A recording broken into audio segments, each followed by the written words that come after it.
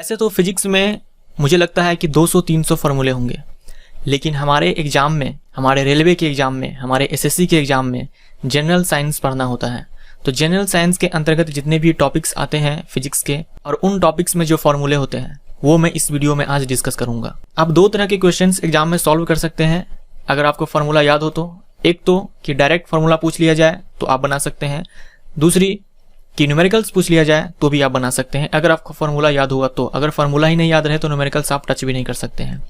इस बार जिन लोगों ने एग्जाम दिया एएलपी एंड टेक्नीशियन का, उनको अच्छे से पता है कि फार्मूले का कितना रोल था। डायरेक्ट फार्मूला पूछा गया या फिर फार्मूले पे बेस्ड न्यूमेरिकल्स तो पूछे ही गए हैं हर शिफ्ट में, तो बिना फार्मूला के आप न्यूमेरिकल नहीं बना सकते हैं। और सिर्फ ऐसा नहीं है कि एएलपी एंड टेक्नीशियन के एग्जाम में पूछा गया है, आने वाले ग्रुप डी के एग्जाम में, आने वाले आरपीएफ के एग्जाम में भी इसी तरह के पैटर्न रहेगा प्रश्न के पूछने का रेलवे की तरफ से। तो आपके लिए ये वीडियो काफी महत्वपूर्ण है। साथ में एसएससी वगैरह के एग्जाम में भी पूछा जाता है। तो इन सारे एग्जाम के लिए ये वीडियो है। लगभग 40 से 45 हम लोग फार्मूले को देखेंगे फिजिक्स के, और ये हिंदी में है। मैंने हिंदी में सारा फार्मूला लिखा हुआ है क्योंकि ज्यादातर कमेंट्स हिंदी में ही आते हैं। अगर एक वीडियो मैंने बनाया था यूनिट का, जो फिजिकल क्वांटिटीज होती है उसमें यूनिट का वीडियो बनाया था, तो काफी सारे कमेंट्स आए कि हिंदी में बनाइए, इंग्लिश में समझ में नहीं आता है।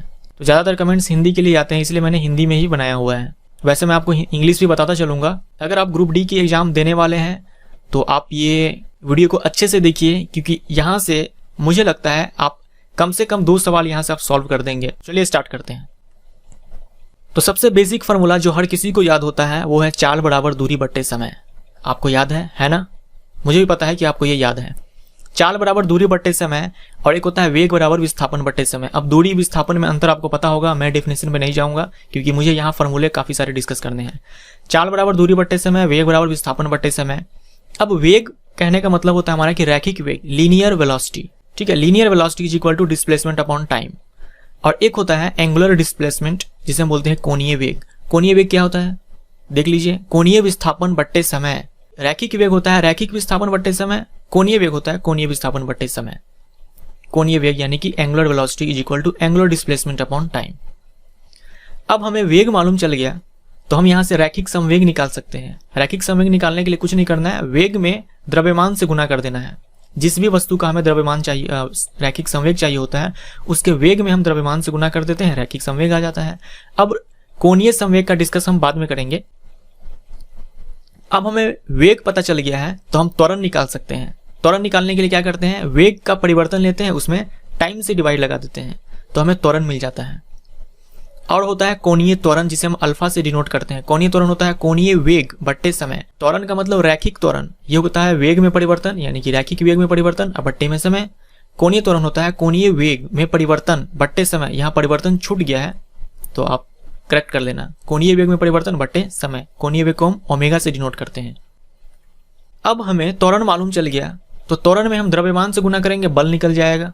ये बल बराबर द्रव्यमान गुने त्वरण आपने पढ़ा होगा, Newton second law of motion. Force is equal to mass times acceleration. अब देखिए, अब हमें मालूम चल गया है बल। अब बल से हम क्या क्या निकाल सकते हैं ये देखिए। अगर हमें बल पता है तो उसमें हम टाइम से मल्टीप्लाई करेंगे, हमें इंपल्स मिल जाएगा जिसे हम आवेग बोलते हैं। बल में हम विस्थापन से गुना करेंगे, हमें कार्य मिल जाएगा यानी कि वर्क मिल जाएगा।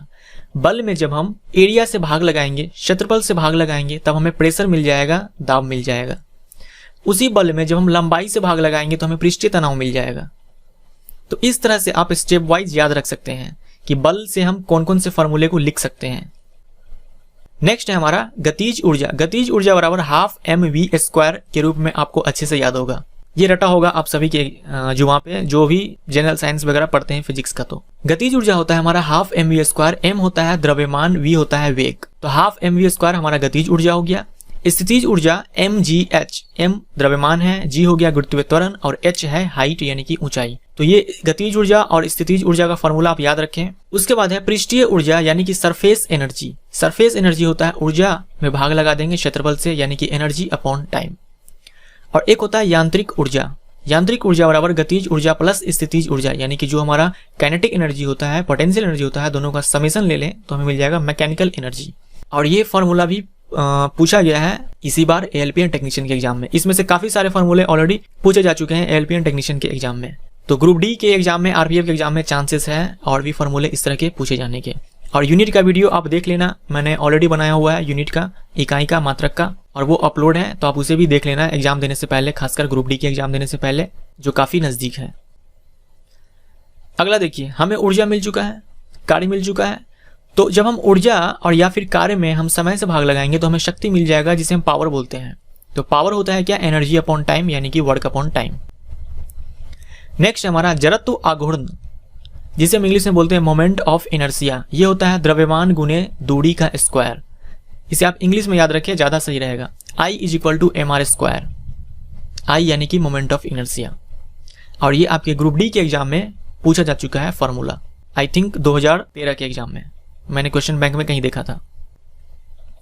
अगला हमारा कोणीय संवेग।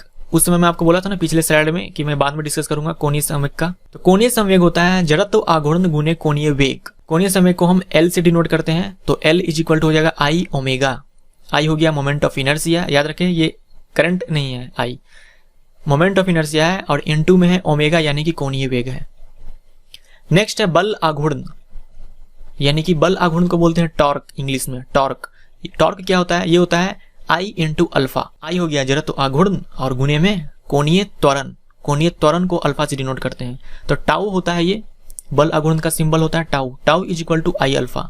इंग्लिश में ज़्यादा सही है, सिंबल वाइज याद रखें तो ज़्यादा अच्छे से याद रहेगा आपको। हिंदी में तो काफ़ी लंबा चौड़ा हो जाता है।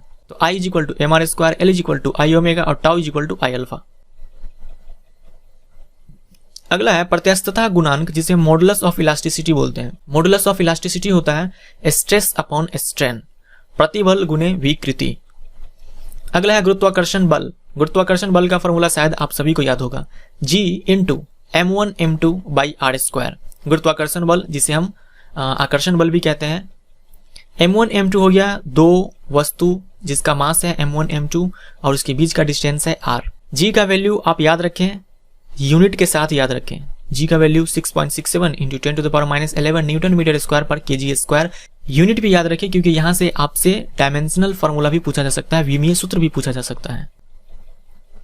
अब हम कुछ टॉपिक वाइज फॉर्मूला देखते हैं। तो सबसे पहले हम प्रकाश चैप्टर यानी लाइट चैप्टर का फॉर्मूला देख लेते हैं कि कौन कौन से फॉर्मूला है जो आपके एग्जाम में पूछा भी गया है इस बार एएलपीएन टेक्नीशियन के एग्जाम में।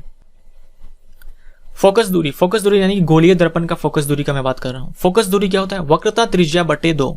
वक्रता त्रिज्या के आधा यानी कि focal distance is equal to radius of curvature divided by 2। F is equal to r/2 बोलकर जिसे आप याद करते हैं। अगला हमारा गोलीय दर्पण में आवर्धन। आवर्धन यानी कि मैग्निफिकेशन। मैग्निफिकेशन क्या होता है? प्रतिबिंब की ऊंचाई बटे बिंब की ऊंचाई, यानी कि height of image divided by height of object. इसी को एक और फॉर्मूला से आप जानते हैं -v/u, यानी कि प्रतिबिंब की दूरी बटे बिंब की दूरी। दर्पण सूत्र ये पूछा जा चुका है एलपी के एग्जाम में, 1/v plus 1/u is equal to 1/f। v हो गया प्रतिबिंब की दूरी, u हो गया बिंब की दूरी और f हो गया फोकल डिस्टेंस। उसके बाद स्नेल का अपवर्तन नियम, स्नेल्स लॉ ऑफ रिफ्रैक्शन, ये भी पूछा जा चुका है, sin I is equal to sin r। तो आप प्रकाश चैप्टर का जितना भी फॉर्मूला देखेंगे ये सब इस बार एएलपीएन टेक्नीशियन के एग्जाम में पूछा जा चुका है।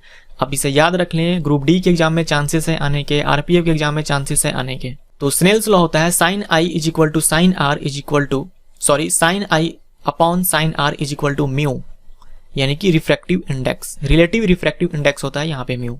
I होता है आपतन कोण और r होता है अपवर्तन का कोण। म्यू का एक और फॉर्मूला आप याद रखें कि म्यू इज इक्वल टू होता है c अपॉन v। c होता है क्या?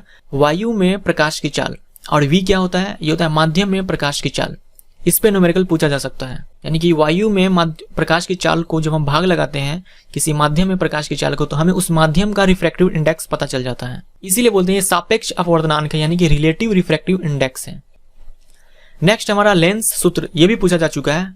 दर्पण सूत्र में बस थोड़ा सा आप चेंज कर दीजिए, प्लस की जगह माइनस कर दीजिए, हमें लेंस सूत्र मिल जाएगा 1/v minus 1/u is equal to 1/f। Next हमारा लेंस में आवर्धन सेम है, आवर्धन इज इक्वल टू प्रतिबिंब की ऊंचाई बटे बिंब की ऊंचाई। दूसरा जो फॉर्मूला होता है हमारा उसमें गोलीय दर्पण में, उसमें होता है आवर्धन इज इक्वल टू माइनस प्रतिबिंब दूरी बटे बिंब दूरी, इसमें हो जाएगा प्रतिबिंब की दूरी बटे बिंब की दूरी। अगला है पावर ऑफ लेंस, लेंस की क्षमता। लेंस की क्षमता होता है 1/f। f होता है फोकस दूरी यानी कि फोकल डिस्टेंस। याद रखें हम 1/f फॉर्मूले का यूज करेंगे तो उसमें फोकस दूरी हमें मीटर में लेना होता है, अगर हम 100/f का यूज करेंगे तो फोकल डिस्टेंस सेंटीमीटर में लेना होता है, तो इस बात का भी आप ध्यान रखें। अगला है हमारा इलेक्ट्रिसिटी चैप्टर से विद्युत। तो विद्युत में जितने भी फॉर्मूले हैं सबको आप सिंबल वाइज याद रखें, ज़्यादा अच्छा रहेगा। हिंदी में याद रखने से अच्छा है कि आप सिंबल वाइज याद रखें। तो सबसे पहला है I = Q/T। I यानी कि धारा, विद्युत धारा। विद्युत धारा बराबर होता है आवेश बट्टे समय। अगला है V = W/Q। V क्या है? V है पोटेंशियल डिफरेंस यानी कि विभवांतर, और W क्या है? कार्य है, और Q तो आवेश है। अगला है R = ρ × L/A। रो क्या है? प्रतिरोधकता, और R कैपिटल R से हम प्रतिरोध को डिनोट करते हैं, L से लंबाई और A से क्षेत्रफल। अगला है ओम्स लॉ, ओम का नियम। V = I × R। V = IR। अगला है P = V × I और P = V²/R। P क्या है? P है शक्ति यानी कि पावर। नेक्स्ट है joules law of heating effect, जिसे हम जूल का तापमान नियम भी कहते हैं। ये होता है H = I² RT। H को हम यहाँ उष्मा बोलते हैं यानी कि हीट बोलते हैं। हीट = I² RT, यानी कि कोई तार है और उसमें हम I करंट फ्लो करवाते हैं T समय के लिए, और उसका रेजिस्टेंस अगर R है तो वहां से रेजिस्टेंस के वजह से जो उष्मा निकलेगी, वहां से हीट निकलेगी, उसे हम डिनोट करते हैं, उसे हम लिखते हैं I² RT के बराबर। नेक्स्ट है हमारा समतुल्य प्रतिरोध। समतुल्य प्रतिरोध किसका? रजिस्टर का। जो हम रजिस्टर लगाते हैं दो तरह से लगाते हैं, एक तो समांतर क्रम में और एक श्रेणी क्रम में। तो समतुल्य प्रतिरोध बराबर होता है, यह फॉर्मूला आप देख सकते हैं स्क्रीन पे, समांतर क्रम के लिए और ये श्रेणी क्रम के लिए। याद रखें, अगर कैपेसिटर के बारे में पूछ दे, संधारित्र के बारे में पूछ ले, तो इसके ठीक उल्टा करना है आपको। अगर कैपेसिटर को श्रेणी क्रम में लगाते हैं तो हम समांतर क्रम में जिस तरह से लिखा हुआ है उस फॉर्मूले का यूज करेंगे, और अगर समांतर क्रम में लगा हुआ है तो हम डायरेक्ट श्रेणी क्रम का जो आप फॉर्मूला देख रहे हैं रजिस्टर के केस में वो वाला लगाएंगे। तो वो मैं नहीं लिखा हूं, लेकिन आप ध्यान में रखना उसे भी। अगला है चुंबकीय प्रभाव यानी कि मैग्नेटिक इफेक्ट। तो इसमें तो एक फॉर्मूला पढ़ना होता है लॉरेंज फोर्स, लॉरेंज बल। ये होता है F = QVB sin θ। F force है, Q आवेश है, V वेलोसिटी यानी गति है, और B है चुंबकीय क्षेत्र यानी कि मैग्नेटिक फील्ड, और थीटा होता है वेलोसिटी और मैग्नेटिक फील्ड के बीच का एंगल। यानी कि जब भी किसी मैग्नेटिक फील्ड मान लीजिए B है, उसमें कोई Q आवेश का, Q चार्ज का कोई पार्टिकल V वेलोसिटी के साथ मोशन में है, तो उसमें एक फोर्स काम करता है जो लिखा जाता है F = QVB sin θ। और एक पढ़ना होता है हमें F = BIL sin θ। यहाँ थीटा क्या होता है? यहाँ थीटा होता है करंट के बीच और मैग्नेटिक फील्ड के डायरेक्शन के बीच का कोण। यानी कि अगर किसी magnetic field B magnetic field में कोई वायर रखा गया जिसका लेंथ L है और उसमें मैंने करंट फ्लो करवाया I, तो इस पर एक फोर्स लगता है जो लिखा जाता है F = BIL sin θ। L है लंबाई। अब कुछ और फॉर्मूले देख लेते हैं।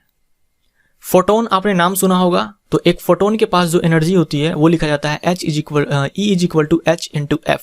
याद रखें, यहाँ E एनर्जी है यानी कि ऊर्जा है, H है प्लैंक्स कांस्टेंट यानी कि प्लैंक्स नियतांक, जिसका वैल्यू भी आपको ध्यान में रखना है, यूनिट के साथ ध्यान में रखना है, क्योंकि यहाँ से विमीय सूत्र आप लिख सकते हैं। वैल्यू है 6.67 × 10⁻³ जूल सेकेंड। जूल सेकेंड आपको नहीं भूलना है, ये याद रखना है।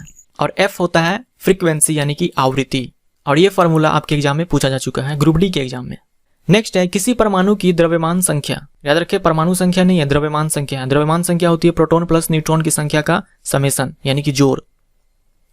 नेक्स्ट है हमारा तापमान के विभिन्न पैमानों में संबंध। आपने देखा होगा क्वेश्चन कि सेल्सियस में वैल्यू दिया होता है, हमें फ़ारेनहाइट में पूछ देता है, या फिर फ़ारेनहाइट में दिया हुआ है केल्विन में पूछ देता है। तो सेल्सियस, फ़ारेनहाइट और केल्विन के बीच रिलेशन को हम इस प्रकार से लिखते हैं। अगर आप ये याद रखते हैं तो आप किसी को भी किसी में कन्वर्ट कर सकते हैं, यानी कि सेल्सियस, फ़ारेनहाइट और केल्विन को किसी में कन्वर्ट कर सकते हैं। हमारे टेम्परेचर का ऐसा यूनिट होता है केल्विन, ये याद रखें। और डॉक्टर जो हमें बुखार चेक करता है थर्मोमीटर लगा करके, और वो जो टेम्परेचर बताता है वो फ़ारेनहाइट में बताता है। नेक्स्ट है हमारा Q = mc∆T। यानी कि मान लीजिए कोई m द्रव्यमान का वस्तु है और उसके पास कुछ न कुछ टेम्परेचर होगा और उसका कुछ न कुछ विशिष्ट उष्मा होगा, तो हम चाहते हैं कि उसके टेम्परेचर में T1 से T2 हो जाए, यानी टेम्परेचर में चेंज हो जाए, तो उसके लिए हमें कुछ हीट देना पड़ेगा। वो हीट कितना देना पड़ेगा ये फॉर्मूला बताता है। Q = mc∆T। ∆T यानी कि ताप में परिवर्तन, C होता है विशिष्ट उष्मा यानी कि स्पेसिफिक हीट, और Q होता है उष्मा यानी कि हीट। अगला है हमारा स्टीफन का नियम। ये प्रश्न SSC में कई बार पूछा जा चुका है। E is equal to sigma T to the power 4। याद रखें यहाँ E उत्सर्जित विकिरण की दर है, ऊर्जा नहीं, उत्सर्जित विकिरण की दर है, ये रेट है। और ये होता है E is equal to sigma into T to the power 4। Sigma को बोलते हैं स्टीफन कांस्टेंट यानी कि स्टीफन नियतांक, और T होता है हमारा तापमान, टेम्परेचर। तो ये फॉर्मूला भी आप ध्यान में रखें। अगला है हमारा उष्मागतिकी का प्रथम नियम, जिसे हम बोलते हैं ऊर्जा संरक्षण का नियम, यानी कि फर्स्ट लॉ ऑफ थर्मोडायनेमिक्स को हम क्या बोलते हैं, law of conservation of energy. ये लिखा जाता है Q is equal to delta U plus W। Delta U क्या है, चेंज इन इंटरनल एनर्जी, यानी कि इंटरनल एनर्जी में यहाँ वृद्धि होती है। उसके बाद W है हमारा कार्य, यानी कि अगर हम किसी सिस्टम को Q हीट देते हैं तो उसे वो दो तरीके से यूज करती है। पहला अपने आंतरिक ऊर्जा में वृद्धि करती है, यानी कि इंटरनल एनर्जी को बढ़ाती है, जिससे कि सिस्टम का टेम्परेचर बढ़ जाता है। और दूसरा वो बाह्य कार्य करती है, एक्सटर्नल वर्क करती है। तो ये होता है उष्मागतिकी का प्रथम नियम। ये आपके एसएससी के एग्जाम में पूछा जा चुका है। अगला है mu is equal to 1 upon sine C. Sine C, C क्या है, क्रांतिक कोण, यानी कि क्रिटिकल एंगल। क्रिटिकल एंगल क्या होता है, क्रिटिकल एंगल वो एंगल ऑफ इंसिडेंस होता है जिसके लिए एंगल ऑफ रिफ्रैक्शन 90 डिग्री होता है, यानी कि वो आपतन कोण है जिसके लिए अपवर्तन का कोण 90 डिग्री होता है। आपने पढ़ा होगा पूर्ण आंतरिक परिवर्तन, क्या कंडीशन होता है उसके लिए। एक कंडीशन तो ये होता है कि आपतन कोण का मान क्रांतिक कोण से बड़ा होना चाहिए, और दूसरा होता है कि प्रकाश सघन माध्यम से विरल माध्यम में जाना चाहिए, यानी कि डेंसर टू रेयरर प्रकाश जाएगी, और एंगल ऑफ इंसिडेंस वो क्रिटिकल एंगल से ज्यादा होना चाहिए, तब जाकर के ये टोटल इंटरनल रिफ्लेक्शन होता है। तो mu is equal to 1 by sine C, इस पे न्यूमेरिकल पूछा जा चुका है, साथ में फॉर्मूला भी पूछा जा चुका है इस बार ALPN टेक्नीशियन के एग्जाम में। अगला होता है कि स्पीड ऑफ वेव, तरंग की चाल। तरंग की चाल हम लिखते हैं, उस तरंग की जो तरंग दैर्घ्य होती है उसमें हम आवृत्ति से गुना कर देते हैं तो तरंग की चाल मिल जाती है। और आवृत्ति क्या होता है, आवृत्ति यानी कि फ्रीक्वेंसी। फ्रीक्वेंसी क्या होता है, 1/, आवर्तकाल, यानी कि F is equal to 1/T। Next है हमारा Q is equal to ML। M क्या है, द्रव्यमान, L क्या है, गुप्त उष्मा, लेटेंट हीट। यानी कोई M द्रव्यमान की वस्तु है जिसकी गुप्त उष्मा है L, और हम चाहते हैं कि उसके अवस्था में परिवर्तन हो जाए, तो कुछ न कुछ हीट देना होगा। वो हीट देना होता है हमें M इंटू L के बराबर। तो ये थे फिजिक्स के कुछ इंपॉर्टेंट फार्मूले जो अक्सर एग्जाम में पूछे गए हैं और पूछे जा सकते हैं। तो आप इसे अच्छे से याद कर लें, अच्छे से पढ़ लें। आप डायरेक्ट फार्मूला पूछ दे तो बना सकते हैं, न्यूमेरिकल पूछ दे तो बना सकते हैं। अगर आप ये याद कर लेते हैं तो आपको एक अच्छा कॉन्फिडेंस डेवलप हो जाएगा अपने आप में कि मुझे फिजिक्स के फार्मूले याद हैं और मैं न्यूमेरिकल बना सकता हूँ। और मुझे लगता है कि इससे बाहर क्या पूछेगा जनरल साइंस अगर हमें पढ़ना है सिलेबस में तो। और इस बार ALPN टेक्नीशियन के एग्जाम में जितने फार्मूले पूछे गए हैं वो सब इसमें इंक्लूड है। तो आप ग्रुप D की तैयारी कर रहे हैं, अच्छे से कीजिए। Thank you so much, best of luck. मिलते हैं नेक्स्ट वीडियो में।